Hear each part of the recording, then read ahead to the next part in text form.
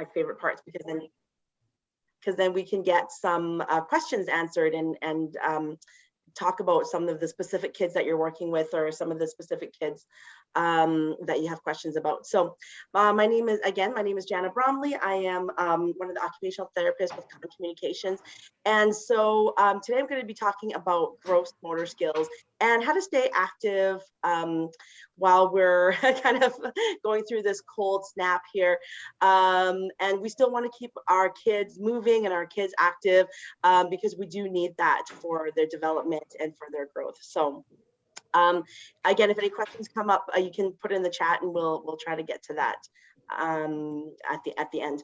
So what we're covering today is all the kind of the underlying aspects of gross motor development. So it's kind of two parts. We're going to talk about a little bit about gross motor development. So when you're planning your activities, you can look at, where your child is at so that you can plan a just right challenge for your child. But also we're going to be looking at some practical strategies that you can use in the home right away that you can set up so that kids are still getting that physical activity. And the research, it's well documented in the literature that kids need movement in order to learn. Kids need movement in order to self-regulate and to learn about their environment, to learn about their bodies. And so I think over the years, physical activity has kind of gone to the wayside in some settings, in some situations, in favor of instructional time or academic time. But it's well documented in literature that in the research out there that physical activity is just as important. So we want to keep that opportunity available for our young learners. So we're going to be covering some sensory processing, gross motor skill development, posture, and classroom ergonomics, and then of course the strategies and exercises that you can do at home. So sensory processing, if you've worked with kids and you have kids at home, you may have heard of sensory processing. It's becoming more known in mainstream now, but sensory processing is how we take information in from the environment. And that information goes through our senses, our brain integrates the information, and it informs how we respond. So why is sensory processing important for gross motor development? Well, the information that we take in from the environment, the sights, the sounds, where our body is in space is going to inform us of how to move, how to respond. Are we going to dodge something? Are we going to catch? How are we going to react? So sensory processing is really important. And so now we know all of the senses, the 5 senses, touch, taste, smell, hearing, and then we also have our the 2 senses that you may not have heard about as much, which is our vestibular sense and our proprioceptive sense. So our vestibular sense is our movement sense. And so we have these inner ear canals that are filled with fluid, and when our head moves, it tells us about our relationship to gravity. So that is our vestibular movement. So why is that important? I think that it's easy, we can all guess that, well, that has to do with balance, right? It's going to tell us about our movement, how we're balancing, if we're able to balance, if we're about to fall. And this particular sense becomes really important for kids who are either really afraid of being off the ground, because they don't have that, they don't feel that relationship to gravity, and so they hate being off the ground, or those kids that are huge risk takers, and so they're really, the feeling of their relationship to gravity is different too, because they may not feel that risk or that fear that they're off the ground, and so we have those 2 extremes. And so we want to have those risk takers notice more about their environment, to be a little more careful. And then we've got those kids that are really afraid to move in the other direction, and so that they're getting more comfortable with their relationship to gravity and having that kind of a little bit of insecurity with gravity and being off the ground. And our proprioceptive sense is where our body limbs and our our limbs in space and how it relates to our body parts to each other and our body parts to the environment. So when do we use our proprioceptive sense? Imagine you're driving. So if you're driving, you're not looking at your foot, but you still know when to press on the gas and when to press on the brake. So that is our proprioceptive sense. So why is that important for movement? Well, there's going to be, if there's running, right? Catching, if you're climbing and you need to have to look at where your body is moving all the time. Or when you're walking up the stairs, the child doesn't need to look at their feet just to know where they're going. They just can feel it as an internal sense, how their body is moving. So that is our proprioceptive sense and how it relates to gross motor skills. So if there is dysfunction in these senses, what happens? So proprioceptive dysfunction affects how we know where our body parts are in space. So we don't know what our body parts are doing without watching them. So the example here is, imagine trying to catch a ball while watching how your hand is moving to catch it. Well, we don't look at our hand, right? We need to look at the ball and use our eye-hand coordination. So we need to rely on our proprioceptive sense to know where our hand is going to be. And our vestibular function, if there's dysfunction in this particular area, then we can't tell where our body parts are related to gravity. And you might be more worried about staying upright than catching the ball. So you're going, okay, am I standing up? Am I falling over? Am I experiencing vertigo or something like that, right? You want to be able to control your posture, your ability to stand in order to do these other higher function activities. So, so gross motor skill development, I'm going to just kind of go through this a little bit quickly, and just because I don't feel like we need to know all the tiny little parts of gross motor development unless you have a child with a gross motor delay or any kind of neurodevelopmental a disability that's affecting their gross motor development. Then we can definitely go into more detail later, but I'm just going to kind of go through some of the basics of gross motor development. So I may skip through these slides a bit because I really want to get to the strategies and the question part. So so we're talking about from walking to about 6 years of age. So walking skills typically start with kids. There's a huge range. It can go from about 12 months. You can see it even in 10 months. Some kids are starting to walk, but around 12 months to around 15 to 16 months, 16 months being the later part. It's when kids start walking, and we're going to talk about the early years up to about 6 years. And so the fundamental movement skills and movement ABCs, so that's agility, balance, and coordination, are locomotor skills, which is locomotor is skills that help you move. So anything that propels you from one spot to another. So running, jumping, galloping, and then it's not mentioned here, but there are also the non-locomotor skills. So non-locomotor skills are anything that keeps you stationary. So stretching, standing on one foot, a balance in one spot, twisting, bending, anything like that is a non-locomotor skill.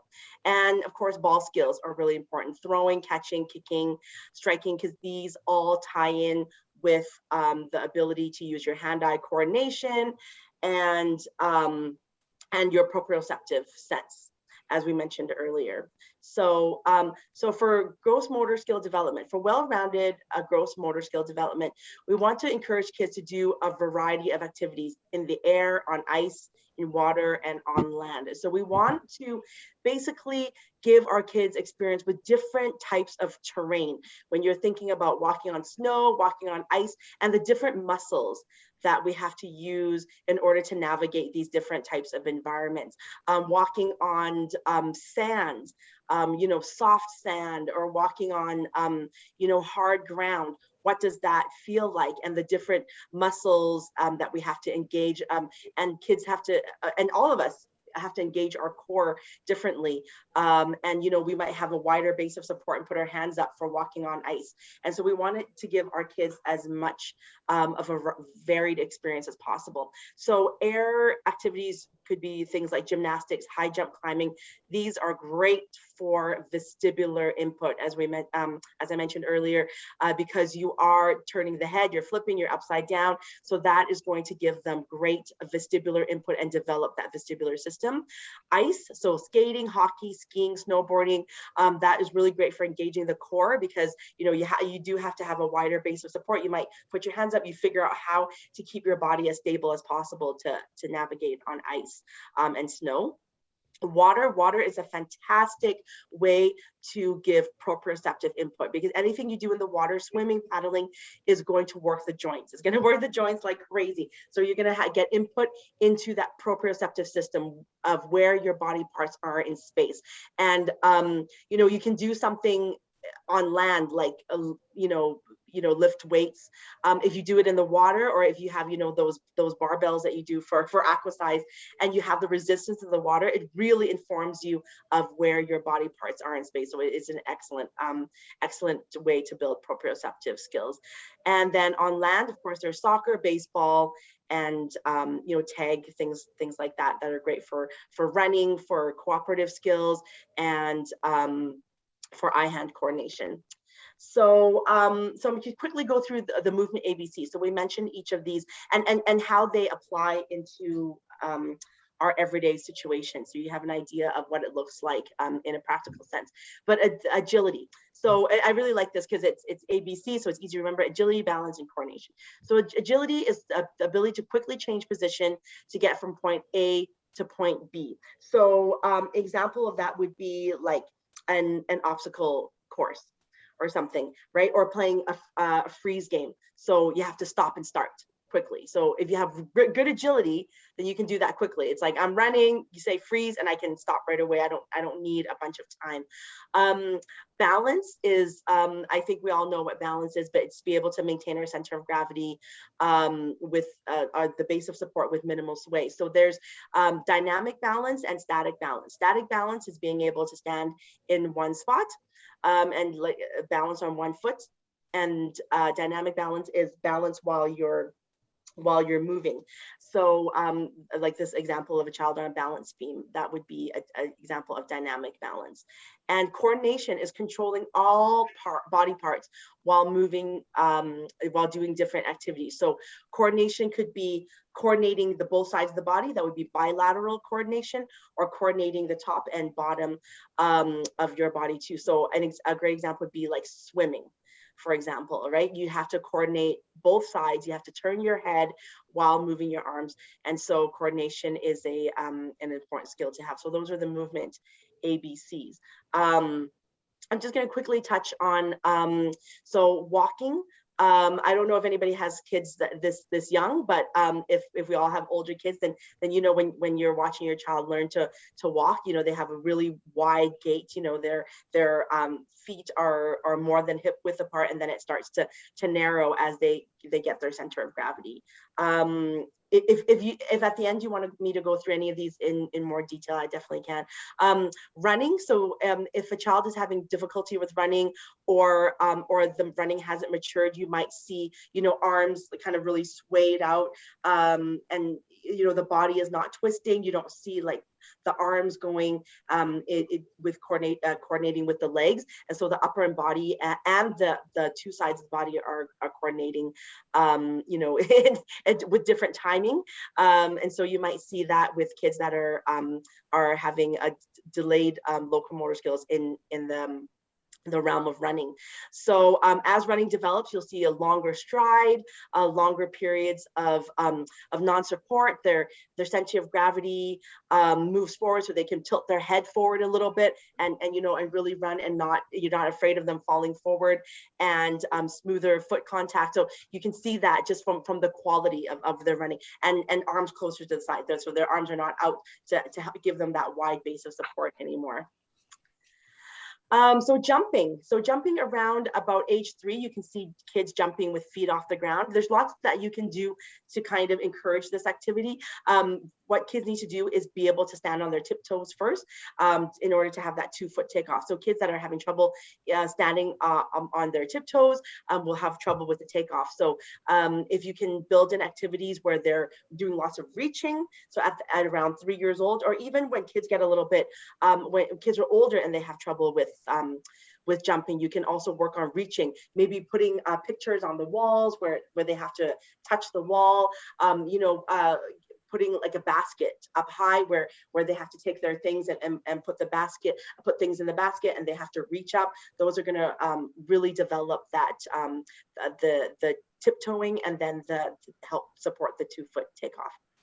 So hopping, so around age 3 to you can see kids standing on 1 foot, and then around ages 4 and closer to 5, you can see them being able to hop on 1 foot as well. So that's a really great activity, and this is a nice way to, with the hula hoops, a nice way to get them to practice hopping on 1 foot. And before they can do that, you can just work on yoga activities like balancing on 1 foot, doing tree pose or something like that. If they're having trouble lifting that whole other leg up, they can put the foot that's lifting up on top of the other foot, and it can help them work on balance that way too, without making it too challenging by lifting their foot completely up. So galloping comes next.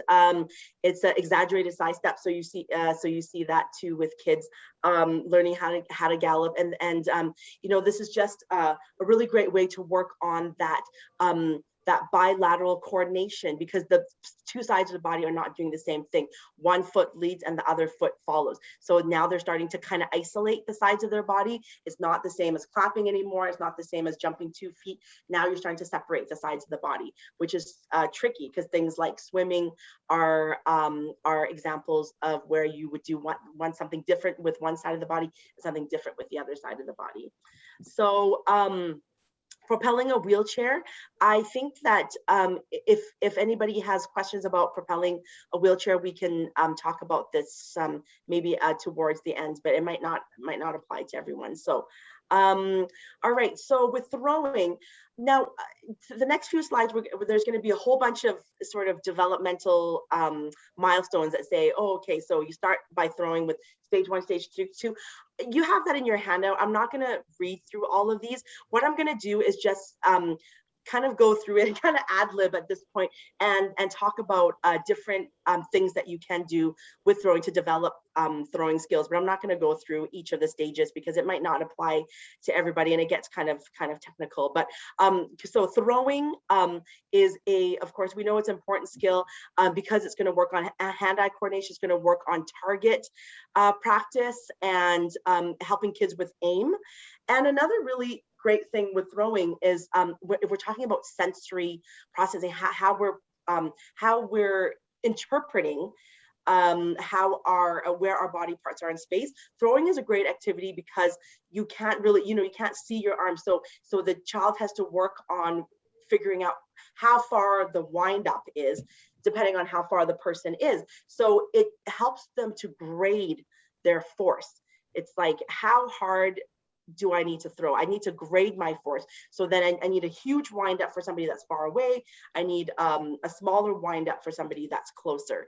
So throwing, you can do target practice. You can start with, throwing in baskets. You can start with the younger kids.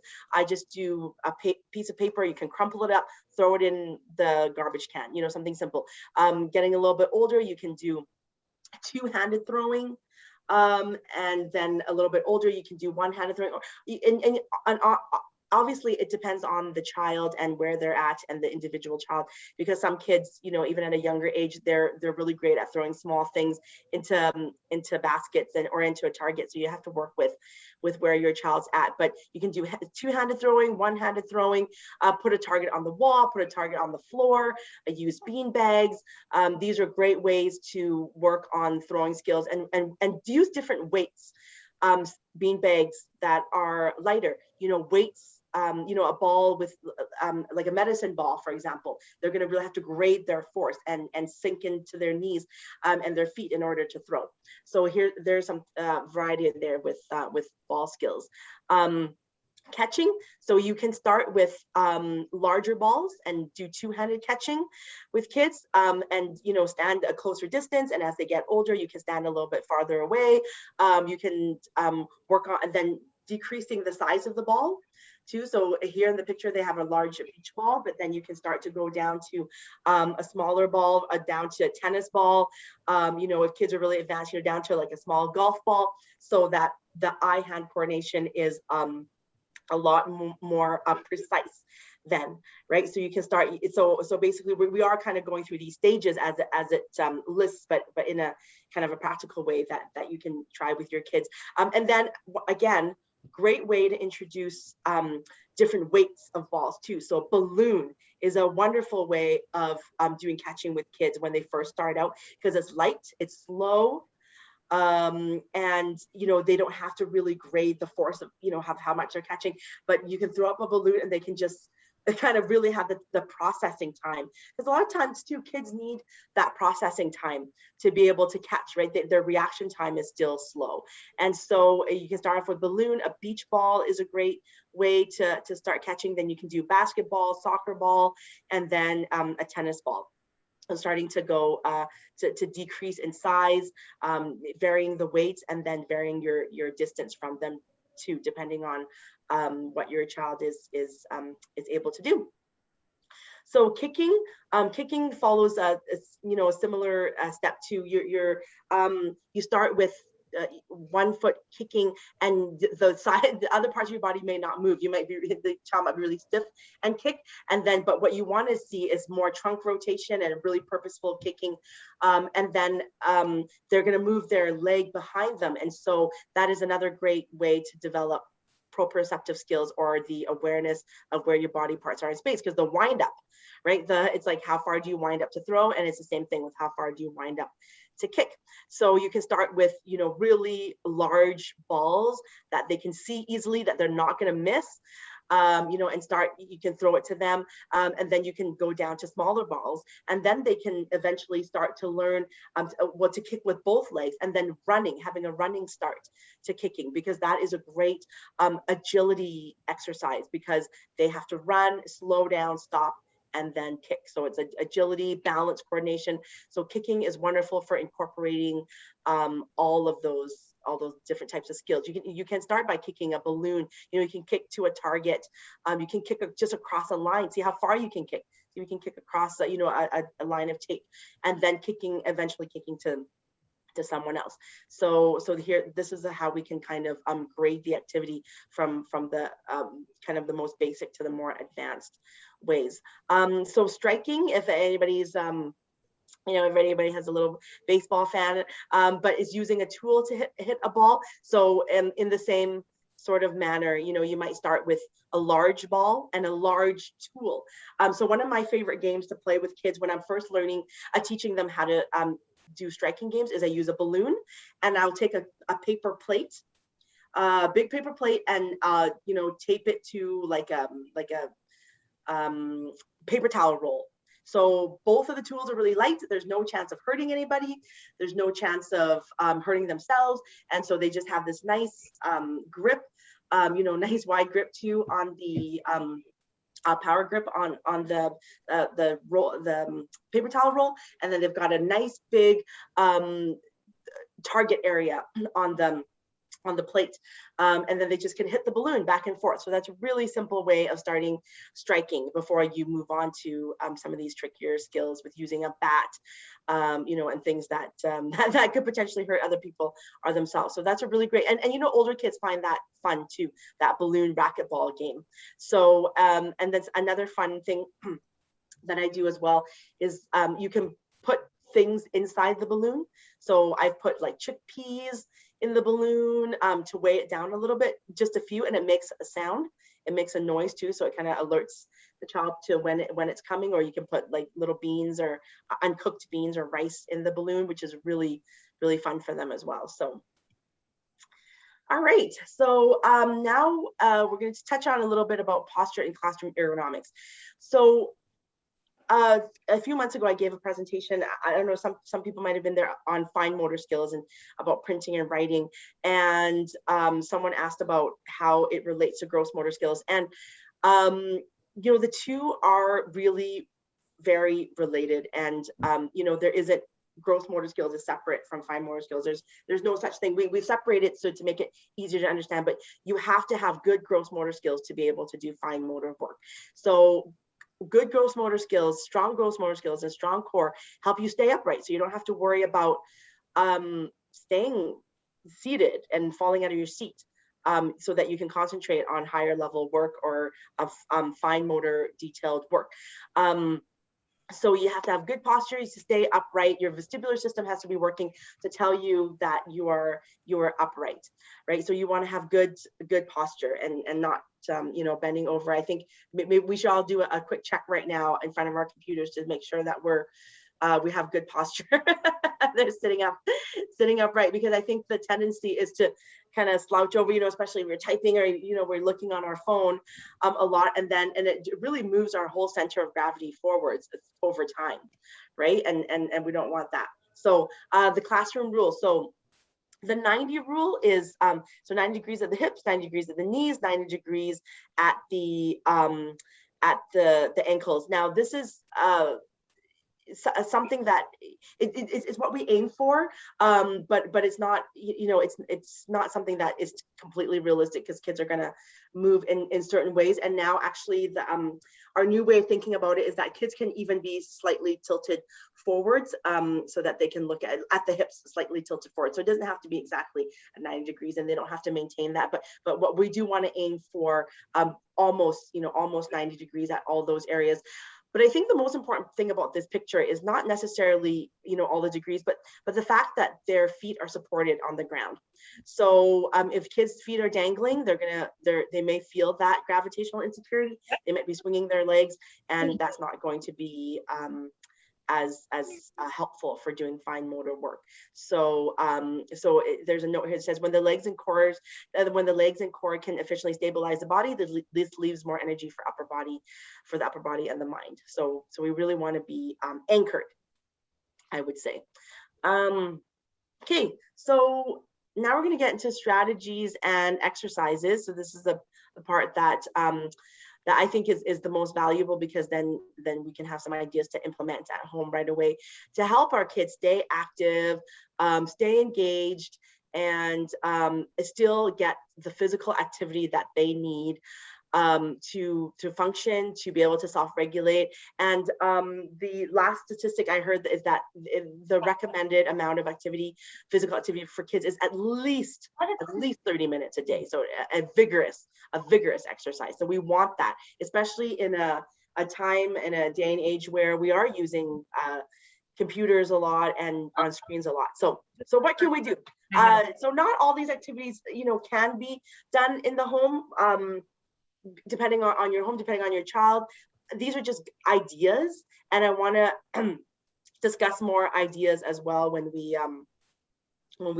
finish the recording. But and then we can have time for questions. So get creative. We can do indoor obstacle courses. So excuse me. An easy way just to set up your home in a way.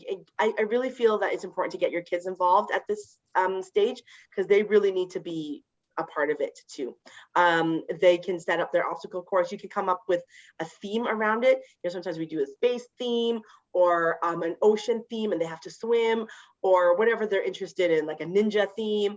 So they have to tiptoe, but setting up an obstacle course. And this is a really great way to get kids to learn prepositions as well. If you're learning over, under, through, in between, just setting up an obstacle course. It's easy. If you have lots of cushions, it can be really safe as well. So if you've done this in your house, I would love to hear ideas at the end. Yeah, so this one works really well. I've got 2 little ones at home too, so we do this one a lot. Animal walks. Animal walks are a really easy way to transition from one room to another, or from one activity to another. Like let's say, oh, it's time to go to the bathroom, or it's time to brush your teeth or get ready for bed. Let's do a frog jump all the way to the bathroom, or let's do a crab walk 3 times around the house and then go to the bathroom. Let's get ready for bed. Okay, let's do a kangaroo jump all the way to your room. So it doesn't it doesn't have to be this big thing that you've set up. It could just be something simple as animal walks. What I find, in my house that's really helpful, and in the schools that I work at, is that there can be a picture of animal walks, different animal walks that you put on the wall, and then the kids have a choice and they can choose. And it becomes a lot more intrinsically motivating if kids have choice around the matter. So they can choose, today you're going to choose if you're going to do a crab walk or a frog jump. Maybe you do one kind of jump, and mommy or daddy will do a different kind of jump, and incorporate that activity. And I love animal walks because they do really raise the heart rate. When it comes to physical activity, we really need to be able to do the activity with with a certain intensity that actually raises the heart rate to cause a physiological change in regulation. We have to have that heart rate go up. And so not all movement is created equally. Movement can be looking at a screen and, doing some dance moves and just kind of raising your arm here and there. And that you're moving your body, but it is not actually causing any sort of physiological change in the brain because the intensity is not great enough, right? And so if you get your heart rate moving, that's actually going to regulate the brain. It's going to get stress hormones out of your body. So we really need to think about the intensity of the movement. But yeah, that's my little soapbox. And so I really like simple movement that is not cognitively challenging. So not like 10 moves that you have to follow. It's just something simple, but that gets your heart rate up. If there are 10 moves that you need to follow, you're thinking about the moves. The child is thinking about what the next move is rather than actually committing to the movement. So doing movements from books, this is something that I absolutely love. It's really, really fun. Going on a bear hunt is one of my favorites because we can adapt it in so many different ways. It introduces language, and there's gross motor skills, there's imagination. It's wonderful. If you don't know going on a bear hunt, I think most people know it, but just in case, there's a repetition. It goes, we're going on a bear hunt, and then the child repeats it. And then throughout this bear hunt, there are obstacles. So, oh no, there's long, tall grass. Oh no, there's mud, or there's a tunnel or whatever that we have to go through. We can't go over it. We can't go under it. We have to go through it. And so the kids can, do these big movements like swishing through the grass and like, slopping through the mud and that kind of thing. And then you can, we've done this in schools, set up a bear hunt in the school kind of with the obstacle course, but you can use this as a starting off point for your theme to go and like say if you're setting up an obstacle course, or even if you're just doing a walk from the living room to the bathroom or going around the house, instead of doing an animal walk, you can say, oh, we're doing a bear hunt. And this is the part in the book where there's the river, the deep cold river, and we have to pretend to be in our boats and paddle our way, or you do boat pose or something like that. So really just getting the imagination going. So using books as a starting off point for that. So dance action songs, I put here without the screen, just listen to the words, because I do find, and I think we all know this, screens will dominate our, kind of our visual sense, and that's what we're going to focus on, is the visual sense, and they're looking at what the people are doing on the screen instead of doing it ourselves. So, like that freeze a game that the kids really like, dance and then freeze, or the floor is lava. And we do that a lot in schools, and I do it with my kids without looking at the screen, so that they're actually listening to the movement and doing the movement and paying attention to how their body is moving. So that's a fun thing that you can do at home too, is just put on some action songs and turn off the screen. Building a fort. So this one is a little different. It's setting up for cozy time, so it doesn't incorporate that same sort of movement. But the setting up the fort part, I really like, because it does help children move at that point. They're doing heavy work. So heavy work means anything that it is what it sounds like. Pushing something heavy, pulling something heavy, carrying something heavy. So putting, having to put up blankets up high, those things are considered, heavy work. And heavy work is really good for our proprioceptive system, because heavy work puts, it gives a sensation to our joints and our muscles, and it informs us of where our body parts are in space. So heavy work, it directly goes to the proprioceptive system. And so building forts, I think, carrying big, heavy pillows or cushions or mats and setting up their fort is a great way to incorporate heavy work. It's the same as, it's like weightlifting for kids kind of thing, right? So if you have some, like heavier cushions, or they can push, if your floors are, can handle it, pushing the couches around, pushing, the stools around, getting the kids involved in doing that to build a fort will get them to do heavy work. So that's a great activity to do at home as well. And then another one of my favorites is loose parts. So loose parts are things like, that are individual things on their own, like hula hoops, balloons, floor tape balls, bean bags, anything like that. Those are loose parts that you can just put around the house, or organize in a way that they can use movement. So some of the ideas here, like floor tape, some in the first picture, some people put floor tape down here so you can walk along the floor tape, pretend it's a balance beam. They've got a start sign here, which is great. Over here, they've got, crawl down low with the bear, and then they have different instructions. And you can even put these instructions on, if your kids are reading, you can put them on cue cards, and you could make it like a scavenger hunt. Or if your kids aren't reading, you could put a picture of over, under, and then it's great for sequencing as well, because then they can go move from through the sequence and learn about following, the 1-step, 2-step, 3-step directions. And then over here in the last picture, it's tiptoe, so you can even putting down little, markers like this, like these look like little coasters, but you can have whatever market that you want, right? You can put hula hoops so they can jump through. So those are loose parts, and it's a great way to build creativity in kids, because then they can figure out how to use the loose parts. And it's being used in a lot of school settings that I've been to, and it's great to see what the kids are doing with them. So those are some strategies for home.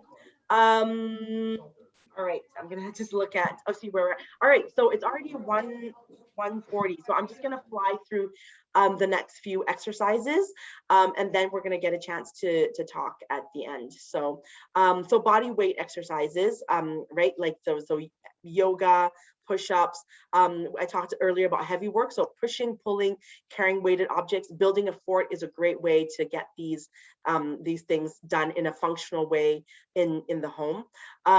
Yoga, right?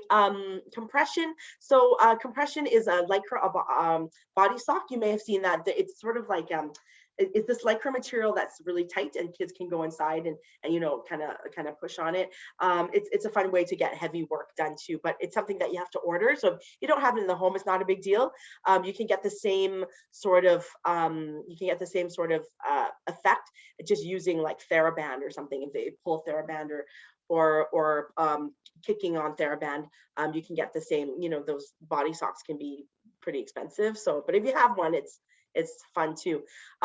Core exercises are great. So everything, to do anything gross motor wise, you have to have good core. So I really feel like a gross motor skills start from the core. And it helps us stay upright.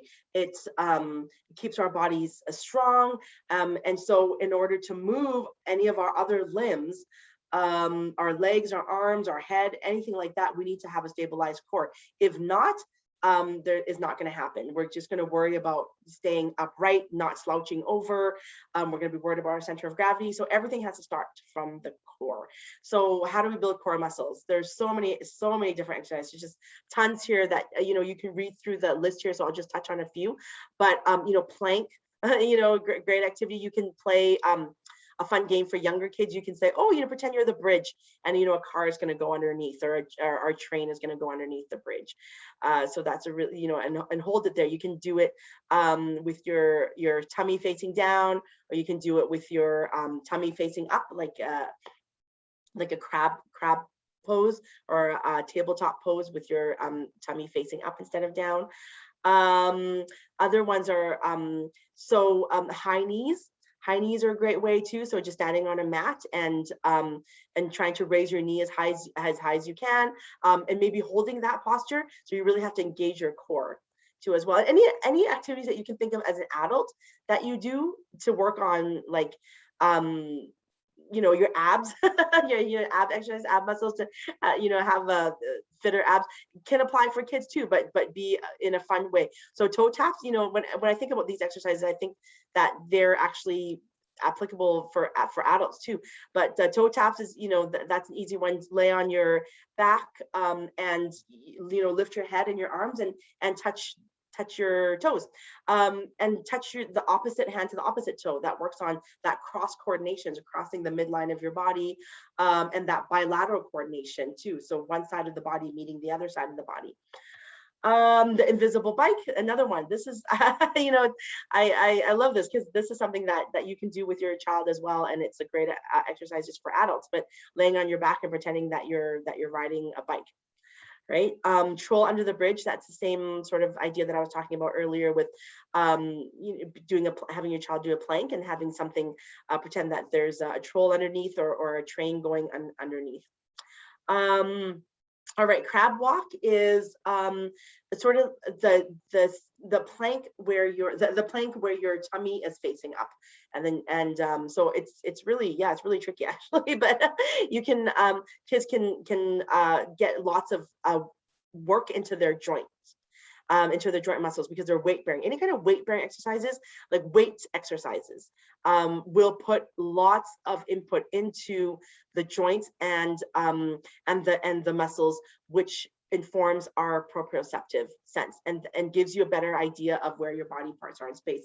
If you've ever gone to a yoga class, or after you've gone for a massage, and you just feel like put together again, you just feel more regulated, more whole. It's because you've had that input to tell you where your body parts are in space. Okay, I'm just going to skip through these ones because these are easy that you can just read. The last point that I want to touch on is consider motor learning. So motor learning basically it's like motor planning, right?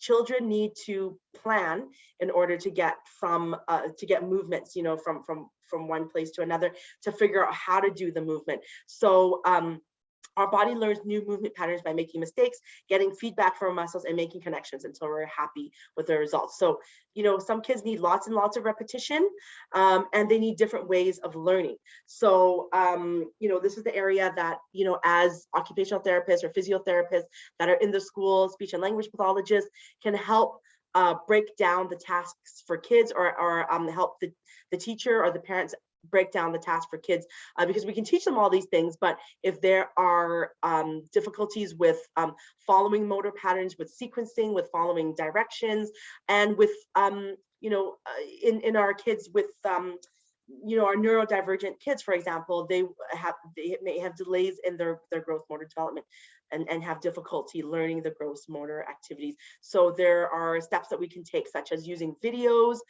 so that we can pause the video and have them doing it step by step. They can do it in front of a mirror, breaking down the activities, so making sure that they know the first step before they move on to the next step. Sequencing, so maybe putting things on pictures, and so that they can follow the pictures. And then when you're teaching gross motor activities, you can try and maybe stand beside the child instead of standing in front of them. Standing in front of them, everything is opposite. So you can try standing beside the child and a little bit in front. or at least if you're standing in front, that you're both facing the right way, the same way. And then just making sure that you're giving your child processing time. So you may teach an activity like standing on one foot, and they may need to process, like, how do I get my body into that actual position? So giving them that time and making sure that there are no other distractions too, that the TV isn't on, or there's music, or there's other just things that are distracting the kids, so that they can really benefit from the motor learning. Yeah, so that is the end of the presentation. So I think we'll open it up now for questions. And Amanda, if you're still there, you can